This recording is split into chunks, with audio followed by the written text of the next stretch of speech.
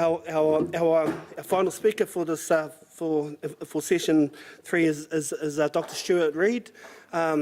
Also, Stewart's was in our men's advisory group and to advise our way moving forward for Men's Health and Cancer Society. And so this part's really exciting and about tying up the things we can do in primary care.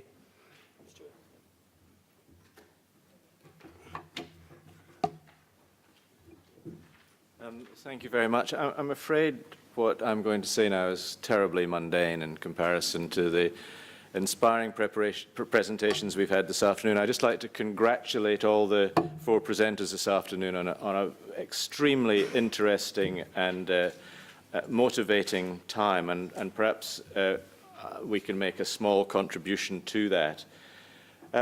Currently in preventive health care, we have the oldest national preventive healthcare program, which is the National Childhood Vaccination Program, but we also have national programs for breast cancer screening and cervical cancer screening.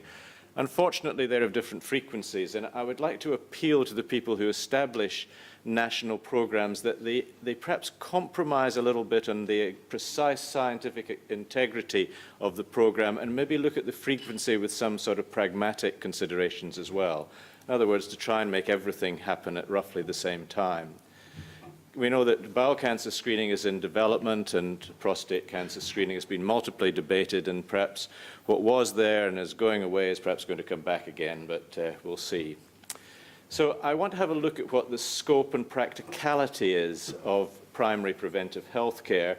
And when you have an individual in front of you, you have take a history that covers diet, and we've had talks about diet earlier on, exercise, and we've had lots of talks about exercise. We need to record their smoking status and provide them with some help not to smoke.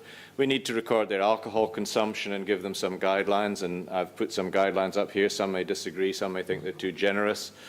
But we also have to record their family history and find out what specific screening as a result they should have of their family history. We then look at physical measurements, their height, and all adults should certainly have their height recorded somewhere. We should record their weight, perhaps every 5 years or on an as-required basis.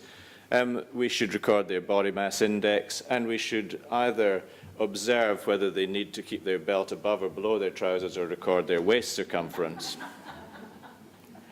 And then there are various clinical activities. Blood pressure should probably be recorded at many visits, and women, of course, are much better at having their blood pressure recorded than men because of contraception and pregnancy. But certainly from perhaps age 40, blood pressure should be recorded every 2 years. Then there's fasting lipids and glucose, and I prefer to record lipids at least once before the age of 40 in case someone's got a very high level. But then from 40, perhaps every 2 years, and match that in with a cardiovascular risk assessment. We know that breast cancer screening is 2 yearly mammograms from age 45 to 70, and cervical cancer screening is 3 yearly from age 20 to 70 as per national recommendations. And then there are vaccinations. We have childhood vaccinations, which is now well integrated, but then there's annual influenza vaccination from age 65 and to those at increased risk, and it may be from a younger age as well. It may be from 55 shortly. There's pneumococcal vaccine to those at increased risk, and this shingles vaccine is going to become available in the next few years, and that should possibly be offered to everyone aged over 60 and possibly from age 50. And then there's bowel cancer screening, which is on the relatively short horizon, and I would appeal that this is integrated into primary health care and that there isn't a separate administration that administers bowel cancer screening. I would submit that it would be much better if it's integrated into the rest of preventive health care that's done in primary care rather than separated for it.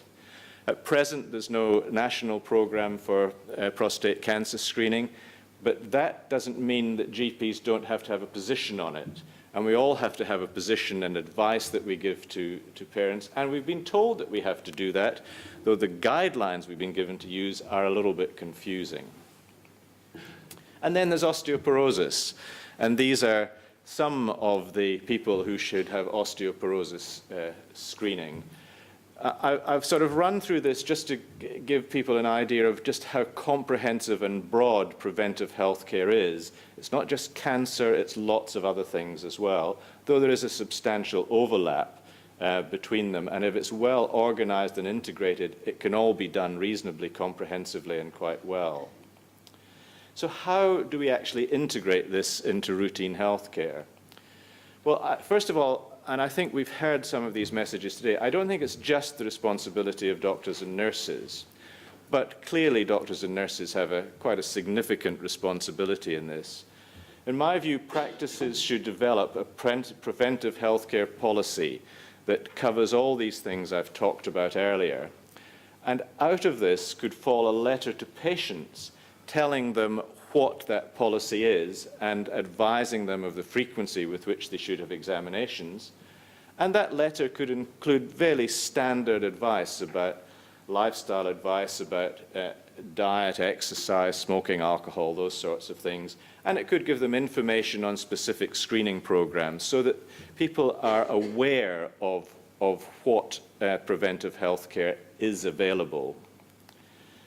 If you're going to communicate this with patients, how frequently do you do it, and how do you sort of time it?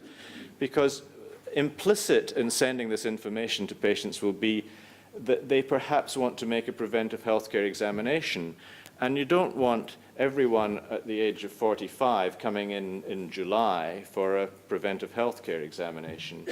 We've had a look at this in our practice. We haven't started it yet, but we've had a careful look at it. And we think that if we send out a letter every 5 years from the age of 45, so you send out a letter at 45, 50, 55, 60, 65, and you send it out in the month of the individual's birthday, that this will amount to approximately 2 extra consultations per week on average, assuming a fairly high uptake.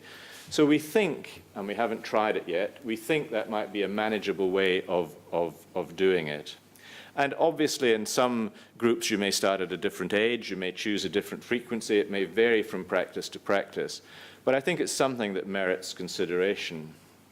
So in summary, I think comprehensive preventive health care is rather complex and quite difficult to do really well.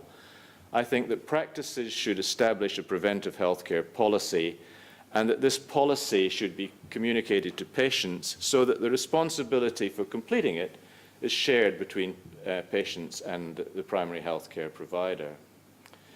Now, because we've had a long session and because it's afternoon tea time, I thought I'd finish with my favorite quotations, which have nothing whatsoever to do with what I've just said. And here they are.